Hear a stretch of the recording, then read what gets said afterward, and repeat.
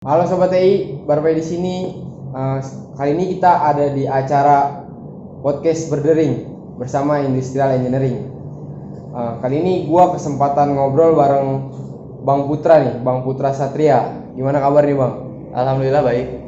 Sebelum kita lanjut nih ke obrolannya nih, sini gua mau ngenalin produk dari Warung Steril. Kriuk-kriuk dari Warung Steril. Warung Steril ini salah satu program kerja dari Biro Kewirausahaan di HMTI Politeknik STMI Jakarta. Oke, di sini ada Bang Putra nih. Bang Putra ini salah satu mahasiswa Politeknik STMI Jakarta angkatan 2017. Berarti sekarang semester 7 Bang ya? Iya benar, semester 7. Ya, semester 7 nih. Beliau juga mantan ketua himpunan periode sebelumnya ya Bang ya? Periode 2019-2020. Benar. Oke. Gue mau nanya sih Bang, sebenarnya dari kalau yang gue tahu kan ya, lu ini lulusan SMK ya Bang ya? Iya. Lulusan SMK, apalagi yang gue tahu nih lu sebelum masuk perkuliahan ini lu sempet bekerja 1 tahun ya. Nah, itu tuh gimana sih awalnya lu bisa memutuskan untuk berkuliah Bang? Ya sebetulnya gini ya, kalau pada saat itu memang ego dari siswa SMK Ya. ketika lulus itu pasti kerja. Karena balik lagi ke tujuan awalnya mereka masuk SMK ya, salah satunya gua juga. Iya. Gitu. Jadi masuk SMK, setelah lulus gue pengen kerja gitu kan. Itu ego setiap mahasiswa, setiap siswa lah menurut gue ya, setiap siswa SMK pada dasarnya seperti itu. Nah akhirnya gue juga berpikir bahwa ya buat apa gue kuliah dulu gitu. Iya. Kalau misalkan ujung-ujungnya setelah kuliah pun ya nyari kerja, Iya, gitu kan. Akhirnya gue memutuskan untuk kerja dulu deh kayaknya. Dan alhamdulillahnya juga kayaknya orang tua gue ini nggak banyak ngatur ya, nggak banyak ngatur kayak anaknya ini harus Ngebebasin lu ya? harus kuliah atau Iya. harus kerja, nggak. Jadi keputusan gue kerja itu memang dari gue sendiri. Iya. Tuh akhirnya gue coba kerja dulu, dan ekspektasi gue pada saat itu gue pengen itu kerja terus sambil jalan itu kuliah, Iya. kuliah kelas karyawan. Ternyata di realita di lapangannya itu Berarti- nggak bisa, karena memang dia kerjanya itu shift. Iya. Ya kena shift itu karena kan operator pabrik. Jadi itu poin pertama. Terus poin kedua itu kayaknya untuk pada saat sekarang dan pada saat itu juga ya, untuk kerja diangkat jadi karyawan tetap itu susah banget. Jadi Lama lah ya. iya, jadi kontrak Iya. habis, Iya. selesai gitu kan, kerjanya selesai. Dan menurut gue kayak mau sampai kapan gitu, maksudnya kayaknya bakal berputar di situ-situ aja gitu. Gua kalah sama saingan baru lah ya. Iya benar, gua kerja habis kontrak nyari lagi gitu. Iya. Sedangkan usia gue setiap tahun kan pasti nambah Iya. gitu. Bahkan ada lagi lulusan-lulusan baru yang lebih fresh, Iya. gitu kan, yang lebih fisiknya lebih bagus juga lah, karena kan tolak ukur fisik biasanya dari umur juga. Makanya salah satu kriteria masuk pabrik itu untuk lulusan SMA atau SMK itu ya dari usia juga salah satu faktornya gitu. Berarti menurut lu prospek pekerjaan ini tuh nggak panjang lah ya? Iya, nah makanya kayak sebetulnya agak ini juga sih, gue karena pengalaman kerja gue itu akhirnya ego gue itu terpendam gitu. Jadi gue belajar dari pengalaman pada saat kerja. Ya. Akhirnya gue pikir kayaknya gue nggak bisa kalau harus terus kerja dengan posisi operator pada saat Iya. itu. Gitu. Akhirnya gue juga sempet sebelum mau ngambil keputusan untuk kuliah lagi ya, gue sempet sharing sama senior, sama teman-teman gue juga gitu. Kayaknya gue telat gak sih kalau misalkan kuliah lagi gitu. Sedangkan gue kan udah sempet kerja gitu, dan gue seharusnya ini angkatan 2015. Oh, angkatan 2015 ya. ya. Akhirnya gue baru masuk di angkatan 2017 gitu. Berarti banyak pertimbangannya nih ya. Iya. Pertimbangan untuk berkuliah kan. Benar, banyak banget pertimbangan, karena gini loh. Kesatu, lu udah pernah ngerasain yang namanya gaji gitu. Iya. Uang dari hasil kerja lu sendiri gitu. Iya. Udah terbiasa dengan oke, lu beli apapun bebas Bisa, gitu, iya. karena hasil jadi file lu sendiri Iya. gitu, tanpa harus lu minta orang tua. Itu salah satu jadi faktor berat juga sih untuk dipertimbangkan kayaknya. gue mampu nggak sih kalau misalkan gue lanjut kuliah, sedangkan gue udah pernah ngerasain gaji gitu, udah pernah ngerasain belanja dengan uang gue sendiri. Iya. Gitu. Itu salah satu faktor terberatnya sih. Kalau bisa disebut gak itu nominalnya kan? Biar Nominal. teman-teman tahu gitu kan. Nominal gaji ya? Ya lumayan sih untuk lulusan SMK pada situ ya. Iya. Gua dapet gaji itu udah termasuk lemburan sama insentif itu kurang lebih 10 juta 10 juta per bulan tuh. per bulan Di tahun tahun 2016. Berarti udah besar lah ya di tahun itu lah ya. Apalagi apa fresh graduate dapat gaji 10 juta ya kan? Iya. Tapi lebih memilih untuk berkuliah itu pasti pertimbangannya berat banget kan? Iya, karena ya kebayang gak sih maksudnya gua lulusan SMK gitu, Iya. terus kalinya kerja dapat gaji yang besar lah ya, maksudnya Iya, gitu, bisa dibilang besar, gitu. besar banget pastilah ya. Besar gitu. Nah makanya akhirnya ya udahlah, gue putusin buat kayaknya harus kuliah dulu karena dari pengalaman itu gue belajar bahwa kayaknya gaji besar pun gak ada apa-apanya, lebih penting itu statusnya gitu. Oh, berarti Status. pengalaman tuh mengajarkan lu untuk ini ya. Iya, karena gini loh, operator memang gajinya besar, tapi Iya. kalau misalkan lu di ambang kontrak gitu, kepastian lu belum jelas, lu jadi karyawan tetap apa enggak, itu kayaknya masih deg-degan aja. Iya. Gitu. Makanya kayaknya lebih penting status deh, yang penting status kerja itu udah apa ya, karyawan tetap lah gitu. Berarti kalau dari gua nangkepnya gini ya, Bang. Lu berarti bergerak dari zona nyaman lu lah ya. Iya, dari ego, dari Ya, ego. berarti lu nggak mikir, wah gua nggak bisa nih. Pasti gua ntar bakal suatu saat tergeser dari pekerjaan ini ya kan. Iya, benar. Nah, terus lanjut nih Bang nih, kalau awal lu tahu Politeknik STM itu dari mana ya Bang? Kalau boleh tahu nih Bang nih. Kalau tahu STMI ya, Iya, kalau tahu STMI berarti kita flashback lagi ke pada awal. saat gua SMK. Ya. Ya, jadi SMK kan dulu ada PKL ya, atau prakrya atau apapun lah itu sebutannya gitu. Intinya praktek kerja, gitu, Iya. praktek kerja. Jadi gua praktek kerja waktu itu di Astra International Daihatsu. Ya. Jadi itu bengkel Daihatsu. Nah, gua praktek kerja di situ. Ada beberapa mekanik dan foreman. Ya. Itu dia lulusan STMI juga gitu. Nah, jadi di situ gue tahu STMI dan kebetulan juga tetangga gue itu kuliah di STMI. Oh, banyak info lah ya, banyak yang nyaranin juga kali gitu ya. Iya, benar. Terus kalau di STMI ini kan banyak prodi ya kan? Ada 4 prodi, ada 4 ya, 4 Iya. prodi. Nah, lu kenapa milih Tio nih? Oh, pas di tahunan lu ini udah Tio ya? Udah Tio. Oh, sebelumnya kan teknik manajemen industri kan? Iya, jadi teknik manajemen industri itu transisi ke Tio tuh kalau nggak salah ya, Iya. tahun 2015. 2015 berarti di tahun lu udah berubah nama jadi Tio lah ya? Iya, jadi Nah, itu Tio. kenapa tuh? Apa dari lu emang punya basic di otomotif atau gimana nih? Kenapa lu bisa milihnya Tio? Milih STMI dan milih Tio gitu. Iya. Jadi kalau kenapa gue milih STMI karena satu, gue udah nggak bisa lagi yang namanya milih-milih lah. Oh iya. Karena kan posisi gue di sini gue telat gitu.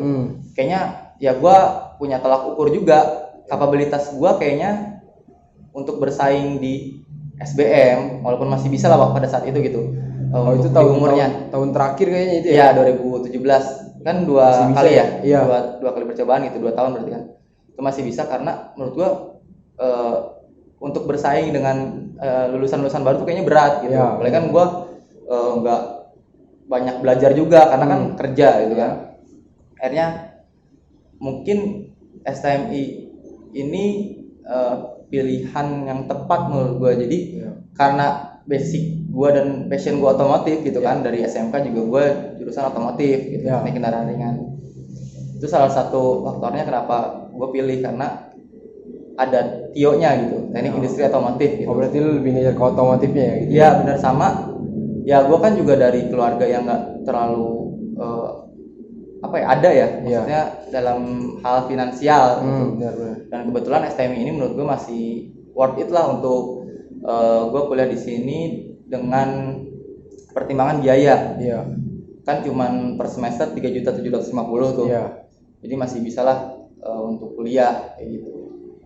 Nah, sebenarnya gua sih pengen ini sih Bang, ngasih gambaran nih ke apalagi buat teman-teman 2020 nih. Kayak teman-teman 2020 ini kan dari awal masuk nih, dari awal PKKMB bahkan ya kan. Itu tuh online ya kan.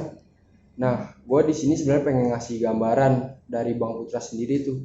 Ada kalau dari perbedaan yang terlihat jelas kan pasti ada ya dari daring sama luring ya kan.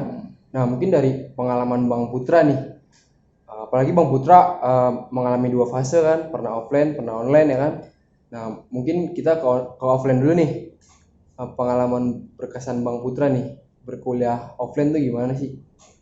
Kalau offline ya offline berarti kan kita bicara normalnya perkuliahan pada saat sebelum pandemi ya. Iya. Ya normal lah gitu, maksudnya gini, kalau kuliah offline itu kita lebih dapat feel-nya Iya. gitu kan. Terus Tatap muka langsung lah ya. iya benar, terus udah gitu kan kayak ya gue jujur aja, maksudnya gue masuk sebagai mahasiswa baru pada saat itu. Itu nggak ada teman Iya. ya kan, nggak ada teman dari sekolah karena gue telat juga kan. Iya.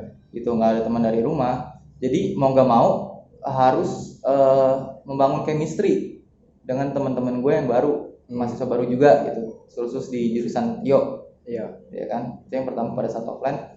Jadi kita kan hampir setiap hari ketemu ya, hampir Iya. setiap hari ketemu, jadi enak kebangun chemistry-nya gitu antara satu teman dengan teman yang lainnya. Dan juga pada saat praktikum kita bisa nyobain mesin itu secara langsung. Ya, berarti ini tantangan tersendiri ya untuk teman-teman dari 2020 mungkin ya. Iya. Dari chemistry-nya untuk dapetin chemistry dari angkatan mereka gitu ya kan. Apalagi untuk praktikum nih ya kan. Iya benar. Kadang kan gini, gue juga nggak bisa ngebayangin sih kalau posisi gue ada di angkatan 2020 ya, yang sekarang dia masuk dari awal itu udah memang daring ya, online gitu kan. Kayak gimana cara mereka ngebangun chemistry-nya gitu, sedangkan mereka dari awal pun belum pernah ketemu gitu. Ketemu paling hanya lewat telekonferensi gitu kan, Lihat muka doang ya kan. head muka doang gitu dengan suaranya, nggak bisa berinteraksi secara langsung lah gitu. Udah gitu kayak gimana cara mereka prakteknya gitu, apalagi kan kita kan politeknik ya sekarang ya. Politeknik itu bisa dikenal lebih kental akan praktisinya, lebih banyak praktikum lah ya. ya benar Ya. Sedangkan untuk online posisi si anak 2020 ini mungkin belum bisa untuk mencoba praktikum secara langsung. Banyak sih kayak keluh kesah yang bisa disampaikan gitu. Nah dari teman-teman 2020 ini kayak ke gua nih Bang, misal Bang gua kayak matkul CAD/CAM ini nggak ada praktikum tuh, terhalang banget gitu Bang. Ya gue juga kebetulan gue juga semester 3 kan, gue juga ngerasain lah di PIM itu gue di PIM 1 tuh gue dapat cuman setengah lah ya. Cuman satu mesin waktu itu, cuman sampai mesin bubut lah, itu juga masih manual, belum ke yang CNC, belum ke milling CNC, itu masih jauh banget. Nah, itu mungkin tantangan baru lah buat teman-teman 2020 nih ya kan. Terus juga kalau mungkin dari ini ya Bang ya, dari kampusnya mungkin ya Bang lebih ada informasi jelas mungkin ya untuk praktikum ini kali Bang ya.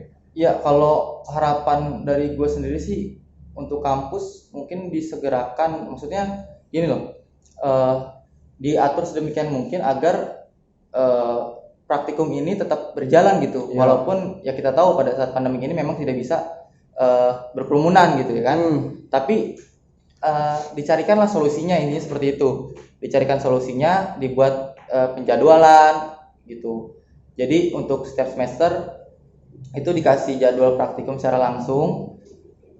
Ya mungkin di angkatannya gitu.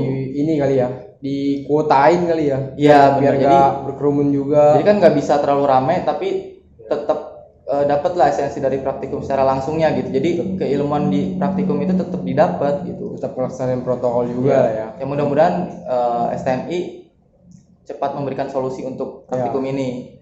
Ya mungkin dari itu tuh biasanya informasi tuh lewat ini ya Bang ya. Dari kampus tuh melalui himpunan biasanya Bang ya. Nah makanya kalau menurut gue ini juga jadi tugas penting buat himpunan. Iya. Tugas penting untuk himpunan, dimana kan mereka ini mewadahi mahasiswa prodi Tio. Jadi penyambung lidah, penyembatan antara mahasiswa dan dosen. Jadi memfollow up lah gitu, maksudnya terkait hal akademik di praktikum ini gitu. Iya. Kira-kira ada nggak solusi ke arah sana gitu? Kalaupun ada, kapan gitu? Jadi bisa membantu menjawab lah dari kekhawatiran, pertanyaan-pertanyaan yang timbul dari teman-teman mahasiswa yang belum mendapatkan praktek secara langsung. Ya itu kan tadi offline ya Bang ya. Sekarang kita berbicara online nih. Mungkin Bang Putra bisa ngasih tahu apa ya, pengalaman berkesan di balik layar lah ya kan. Di depan layar kan kita apa ya, terlihat formal ya kan, depan dosen. Di balik layar gimana nih ya kan? Apa ada kejadian lucu gimana ya kan? Kesan online ya? Ya karena bener sih gua teman-teman 2017 khususnya ya. Mengalami dua fase, antara ketika perkuliahan online kemudian masuk ke offline, kemudian masuk ke online gitu. Kayak pas online itu kayak ya jujur aja, apalagi pas kelas pagi gitu, kayaknya gua jarang banget mandi kayaknya pada saat kuliah online pagi gitu, kayaknya berat banget ya. Sebetulnya kan pada saat itu juga, pada saat offline juga kuliah tetap pagi ya. Cuman kan bedanya kalau offline kita ke kampus gitu, dilihat banyak orang, jadi kayaknya kalau nggak mandi kayaknya dekil gitu kan. Kita jadi pengen terlihat enak lah dilihat gitu. Kalau online kan kayaknya siapa yang mau lihat gue di rumah gitu kan, bangun tidur langsung nyalain laptop bisa gitu. Itu salah satunya sih, kayak baru kali ini gue kuliah pagi kayaknya jarang banget mandi, hampir nggak pernah lah. Mungkin pernah sekali atau dua kali gitu ya, mungkin nggak tahu deh ya, mungkin teman-teman yang lain juga sama halnya seperti itu atau enggak. Cuman kalau gue dari gue pribadi ya itu gue kalau online kuliah pagi jarang banget mandi, terus tidur mungkin. Kadang ada juga kayak ya tidur. Kalau tidur sih kalau gue nggak pernah gitu, nggak pernah. Tapi mungkin dari teman-teman lu gue pengalaman kayak lagi kelas nih, kan kadang-kadang kita nggak on cam karena kan memang faktor kuota, dosen pun ngerti juga kadang-kadang gitu kan, karena kalau misalnya kita on cam itu nyedot kuotanya lumayan gitu. Hanya off cam, cuman kan kadang mungkin masih ada yang ngantuk atau kayak gimana, dipanggil-panggil nggak nyaut.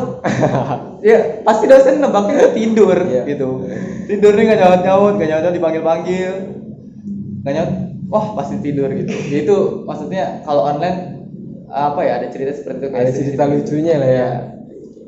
Nah kalau gue juga ada sedikit pengalaman, ini gue sendiri, gue pribadi Bang. Waktu itu ya dosennya sedikit ya bisa dibilang killer lah ya, sedikit apa ya, dia maunya disiplin lah, disiplinnya tinggi ya. Gue saat itu kelas gue, teman-teman di kelas gue itu pada off cam semua tuh.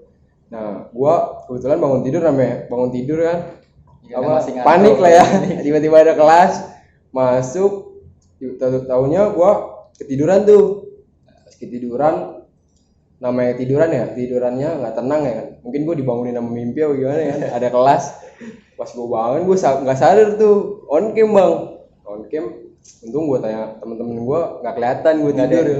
Iya, cuma kelihatan hordeng doang kayak goyang. Cuman mungkin temen lu nggak. Ya, nah itu kalau pengalaman itu berarti pengalaman lucu ya. Iya, ada cerita lah ya buat nanti diceritain. Kita pernah kuliah online nih. Ternyata kuliah online ini nggak cuman ada sisi negatifnya nih ya. Tapi kayaknya emang kalau menurut gue itu karena baru ya, maksudnya baru mengalami kuliah online kayak gitu, kayaknya kurang efektif. Jadi kayak gue pribadi pun kayak kurang nangkep gitu. Beda halnya pada saat kita langsung di kelas gitu kan, tatap muka. Berarti kalau dari sisi keefektifannya menurut lu kurang ya? Kurang sih. Apalagi untuk praktikum itu pasti kurang banget lah ya. Malah nggak dapet mungkin. Malah nggak dapet ya.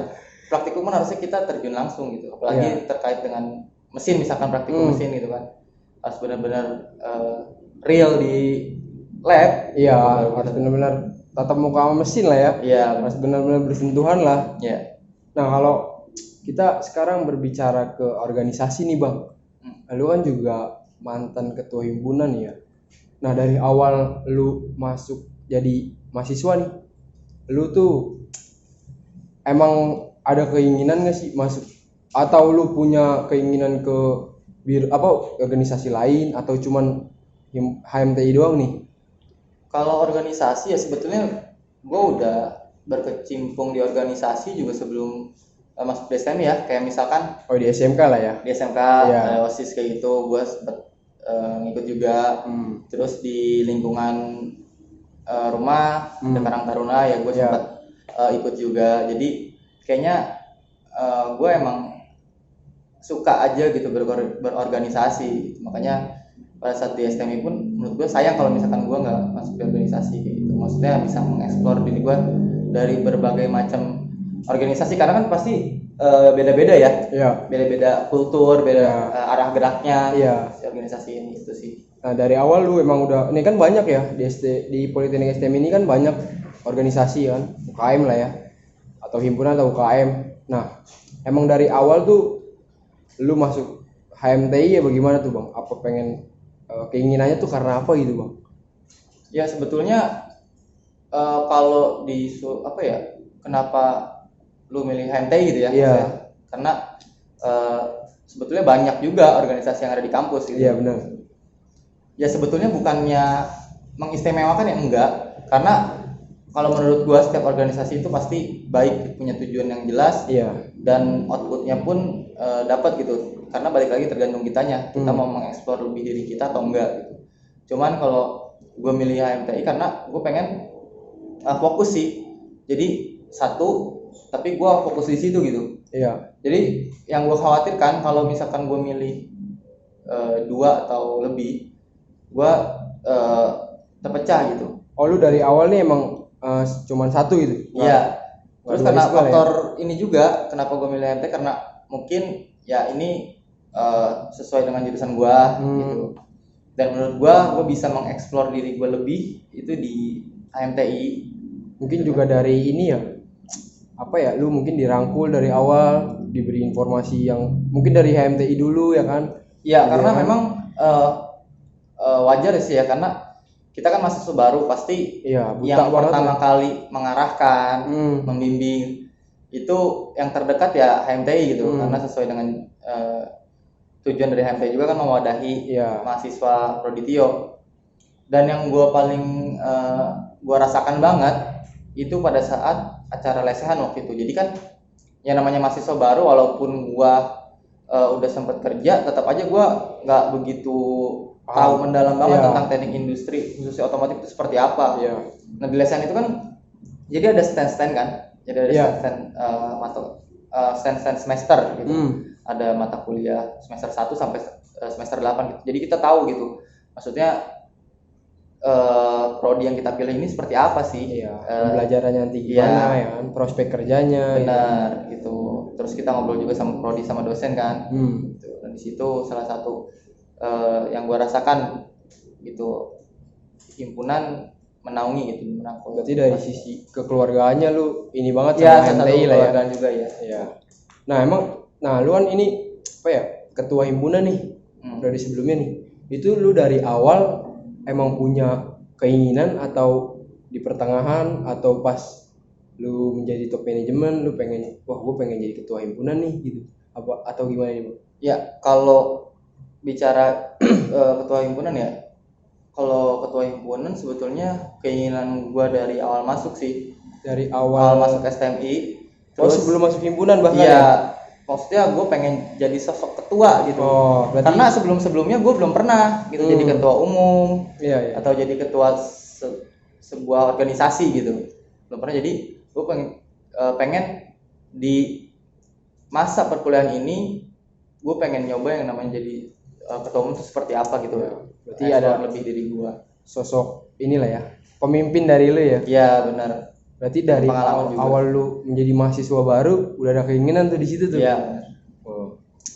Terus lu setelah menjabat nih menjadi ketua, atau sebelumnya lu pas pengurus baru nih, lu itu gimana tuh? Jadi dulu kan memang jadi pengurus baru itu masih di middle manajemen ya. Iya, middle management. Jadi gue waktu itu Biro PSDM. Biro PSDM. Iya, jadi staf Di PSDM. periode 18-19 ya. Periode 2018-2019. Iya. Kebetulan waktu itu ketua himpunannya Bang Amar ya. Iya, benar. Ya itu gimana tuh? Lu di situ ada kesulitan nggak sih? Kalau kesulitan pasti ya, karena kita kan di situ baru ya. Maksudnya tapi Ya. tetap senior-senior kakak kita yang jadi top manajemen itu mengarahkan lah ya, mengajarkan juga, dan kitanya juga tetap ngegali gitu. Maksudnya dari diri kita juga pengen tahu banget gitu. Maksudnya lu nggak tahu ya lu harus cari tahu gitu. Ya, apalagi di Jangan sini sampai disuapin terus. PSDM kan tugasnya juga lumayan berat lah ya kalau bisa dibilang ya. Ya karena berurusan dengan orang. Ya, karena berurusan juga sisi kekeluargaan, Ya. sisi harmonisasi di internal pengurus atau di luar, di eksternal gitu kan. Nah, setelah lu jadi ketua himpunan nih, itu kan ada lu juga kena dampak dari pandemi ini nih. Nah, ada gak sih kesulitan nih? Lu juga mengalami kan transisi dari organisasi yang lu pimpin nih kan. Awalnya kan biasa aja ya kan, offline ya kan. Setelah itu ada bencana pandemi. Nah, lu gimana tuh? Apa ada kendala tuh saat itu tuh?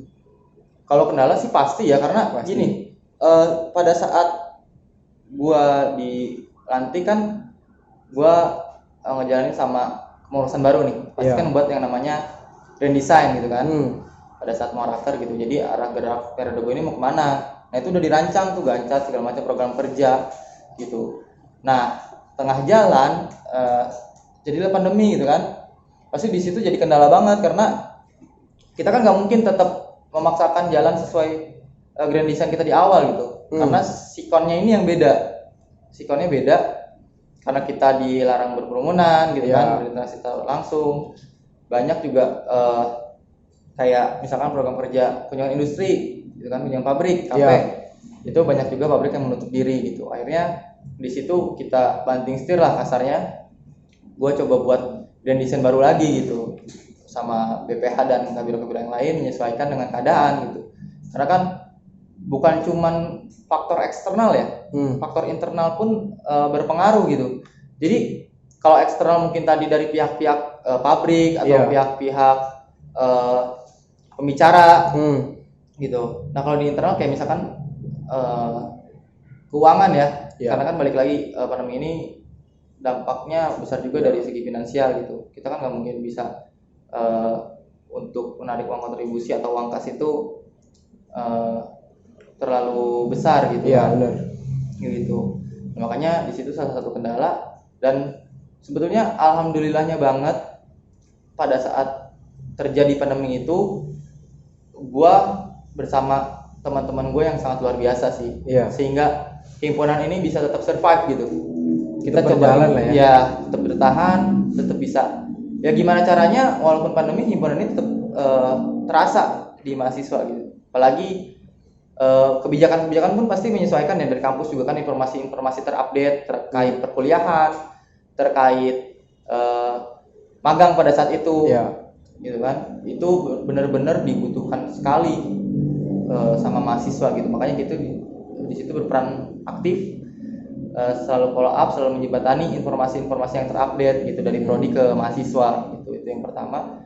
Dan kita improve juga gitu, improve dari segi proker yang tadi gitu, menyesuaikan dengan keadaan gitu. Oh, berarti suatu tantangan baru buat lu ya berarti ya? Iya, suatu tantangan, kayak pada saat itu berat banget gitu, karena memang baru terjadi gitu kan. Tapi gue dan teman-teman gue ngerasa kayaknya ada suatu achievement gitu, kebanggaan sendirilah, kayak oh gue bisa melalui ini semua gitu, dengan tetap himpunan ini tetap ada. Berarti lu juga dari sisi negatifnya pasti ada sisi positifnya lah ya? Iya benar. Kita ambil hikmahnya aja lah. Iya. Dari segala suatu bencana atau kendala gitu. Terus berarti di kepemimpinan lu ini ada gak sih broker yang nggak terlaksana gitu? Kalau broker tidak terlaksana, atau ini bang mungkin waktunya yang mundur mungkin ya karena ada pandemi gitu? dua-duanya sih. Dua-duanya ada yang waktunya mundur, ada pun yang nggak terlaksana. Karena gini, balik lagi, jangan sampai pengurus ini ya terbebani dengan beban program kerja gitu Iya. pada saat pandemi, karena kan balik lagi tadi banyak dampak ya Iya. segi finansial ataupun segalanya, tapi lebih kita tekankan beban organisasi gitu. Iya. Akhirnya kalau misalkan dibilang program terlaksana ya ada, karena memang tidak bisa di improve gitu, yang misalkan memang harus dilaksanakan secara langsung, kita nggak bisa improve secara daring lah gitu, secara online gitu. Dan gitu pun beberapa proker yang memang mengeluarkan uang besar gitu, karena kita minimalisir banget pengeluaran karena pandemi ini balik lagi ke finansial, setiap orang pasti terganggu gitu. Terus kalau dari waktunya yang mundur ya pastilah, karena kan tadi bikin grand design awal lagi ya gitu, jadi itu menyesuaikan pengalaman baru ya buat kepemimpinan lu, buat pengurus saat itu juga ya kan. Iya benar-benar. Terus juga gue mau ngasih gambaran sih bang, apalagi buat ke teman-teman 2020 nih, sebenarnya organisasi itu penting nggak sih bang? Atau mungkin kita masuk himpunan itu seberapa penting sih gitu bang? Kalau organisasi penting atau enggaknya ini secara pribadi ya. Iya, secara karena banyak juga orang pandangannya kayak kayaknya nggak perlu organisasi juga, fine-fine aja gitu. Tapi kalau menurut gue sih untuk mengeksplor diri kita itu ya panggungnya organisasi menurut gue. Karena gini loh, oke di perkuliahan atau dimanapun kita cuma dapat itu pelajaran aja gitu, materi. Tapi untuk soft skillnya ya menurut gua nggak ada di kelas gitu. Kita cari di kelas tuh nggak ada untuk soft skill. Tapi pada saat di kelas kita membutuhkan soft skill.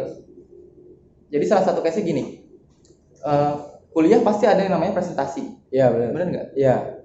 Kalau teman-teman nggak punya soft skill public speaking, mungkin teman-teman nggak akan bisa lancar pada saat presentasi. Iya benar. Gitu. Nah disitulah panggungnya adanya di organisasi gitu. Belajarnya lah ya. Belajar gimana caranya kita berkomunikasi dengan orang. Kita membedakan nih antara kita komunikasi dengan teman dengan dosen. Gitu kan. Jadi kalau pengalaman gue di HMTI itu juga untuk ke arah public speaking itu banyak banget ya, karena pertama kita kan dituntut pasti komunikasi sama dosen, karena kita ruang lingkupnya ya mahasiswa dosen khususnya proditio gitu kan, kaprodi gitu. Terus kita dituntut untuk berkomunikasi dengan pihak industri. Karena misalkan ngadain seminar atau ngadain kunjungan pabrik. Gitu.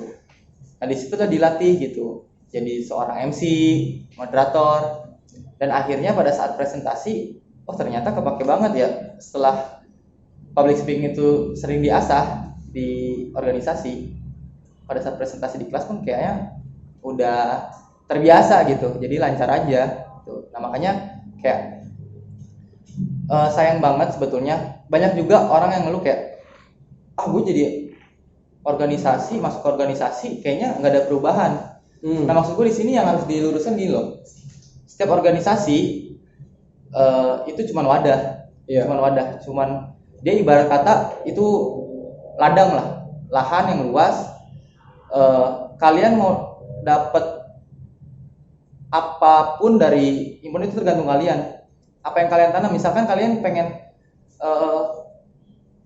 lancar public speaking, kalian nggak bisa cuman diem aja. Benar. Itu harus kalian yang tanam dulu gitu. Tanam ya lahannya adanya di organisasi, di himpunan, satunya yang pengalaman gua. Jadi belajar jadi MC, belajar komunikasi sama dosen gitu kan, akhirnya bisa. Nah makanya tergantung kita, apa yang kita tanam ya itulah kita petik kayak gitu. Kalau lu nih dari lu sendiri nih bang, ya kalau dari gua kan perbedaan gua dulu nih, di SMK emang kalau organisasi tuh kurang berjalan dengan baik lah ya. Ya gue juga dulu mahasiswa baru, presentasi depan orang banyak, bahkan itu kan temen-temen gue sendiri ya, harusnya gue nganggapnya enjoy gitu. Nah di situ tuh gue kalau ngomong geter, mental gue nggak ada lah buat berbicara di depan umum. Nah setelah gue masuk organisasi ya gue mulai belajar lah cara ningkatin mental gue, cara ngomong di depan banyak orang gitu.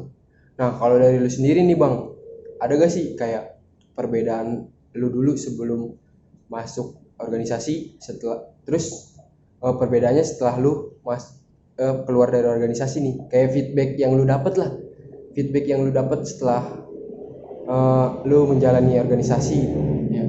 Kalau perbedaan pasti ada ya. Ya gue pasti sama lah. Kita nggak ada yang terlahir langsung bisa jadi public speaking gitu. Public speaking yang baik kayaknya itu soft skill yang harus diasah mungkin. Kecuali memang dia emang orangnya over pede lah bisa jadi. Iya. Gitu. Tapi kan bedanya kita belajar soft skill public speaking ini, omongan kita biasanya tertata gitu. Tertata yang tadi gue bilang, maksudnya dapat menyesuaikan ketika lu ngobrol Kita sama berbicara dengan siapa mahasiswa gitu. ya, atau dengan dosen kayak gitu. Itu sih makanya ya gue salah satunya juga sama gitu. Dulu mungkin gue nggak bisa gitu ngomong di depan banyak orang gitu. Iya. Kayaknya Gugup lah ya. gugup gitu kan, mental gue kayaknya waduh ngedown nih. Iya. Tapi ya selagi kita mau belajar di organisasi gitu ya, maksudnya nge-explore hal itu, ya perbedaannya pada saat setelah di organisasi atau setelah selesai ya, Iya. setelah selesai ngejabat itu rasa ya bisa komunikasi dengan siapapun, maksudnya nggak ada gugup lagi gitu. Punya soft skills tersendiri lah ya. Iya benar. Mental lu nambah gitu, atau bahkan soft skill lain yang Iya. ya balik lagi kayak yang lu tanam di himpunan, yaitu yang lu Petik. ya, yang lu petik lah ya. Iya. Nah, mungkin dari lu nih Bang, ada closing statement atau pesan-pesan nih buat mahasiswa sekarang atau mahasiswa yang lain lah, terus buat pengurus HMTI yang sekarang tengah menjabat, terus juga buat terutama buat teman-teman 2020 nih, itu kan itu ya, dia pasti banyak masukan-masukan dari abang-abangnya nih. Kira-kira dari lu apa nih Bang? Ya kalau dari gue yang pertama tadi mungkin untuk kampus ya, karena sesuai pesan gue yang tadi mungkin harapan gue kampus cepat memberikan solusi terkait hal praktikum, karena balik lagi background kita politeknik yang lebih kental praktisinya gitu. Itu untuk kampus. Kalau misalkan untuk teman-teman pengurus ya, kita balik ke pengurus HMTI, mungkin teman-teman tetap semangat gitu walaupun kondisi sekarang masih pandemik.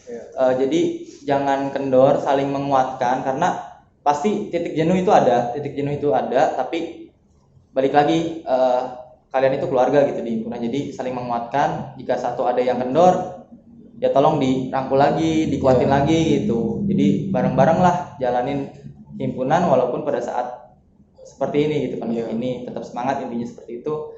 Kalau untuk teman-teman 2020 ya sabar aja, mungkin teman-teman sedang diberikan cobaan dari awal kuliah, masih daring. Mungkin nanti ada saatnya kok teman-teman gitu, teman-teman akan merasakan kuliah offline. Mudah-mudahan ya, kita juga berharap setiap orang yang ada di dunia mungkin berharap pandemi ini segera selesai gitu. Dan juga tetap semangat juga gitu dalam pembelajaran. Itu aja sih. Oke, terima kasih untuk Bang Putra atas waktunya. Ya, sama-sama. Udah menyempatkan waktunya buat ngobrol bareng sama HMTI Politeknik ISIM Jakarta di acara podcast berdering ini.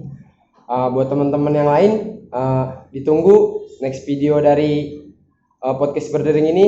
Kita akan bahas banyak pembahasan yang lainnya mengenai perkuliahan dan lain sebagainya. See you.